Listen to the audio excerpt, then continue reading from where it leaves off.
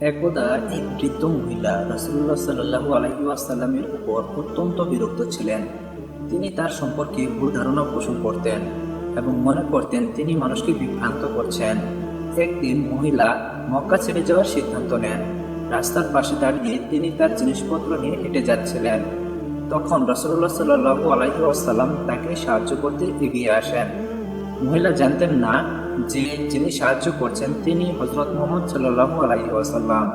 তিনি রাসূলুল্লাহ সাল্লাল্লাহু আলাইহি ওয়াসাল্লামকে বললেন, তুমি খুব ভালো মানুষ, কিন্তু একজন লোক আছেন যাকে তুমি এগিয়ে চলবে। তার নাম মুহাম্মদ।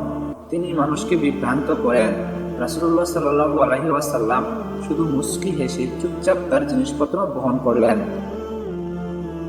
যখন মহিলা গন্তব্যে পৌঁছালেন, তখন তিনি কৃতজ্ঞতা প্রকাশ করে জিজ্ঞাসা করলেন, তোমার নাম কি? রাসূলুল্লাহ সাল্লাল্লাহু আলাইহি ওয়াসাল্লাম বললেন, আমি মুহাম্মদ। মহিলা তখন খুব লজ্জিত হলেন এবং বুঝতে পারলেন তিনি ভুল ধারণা পোষণ করছিলেন।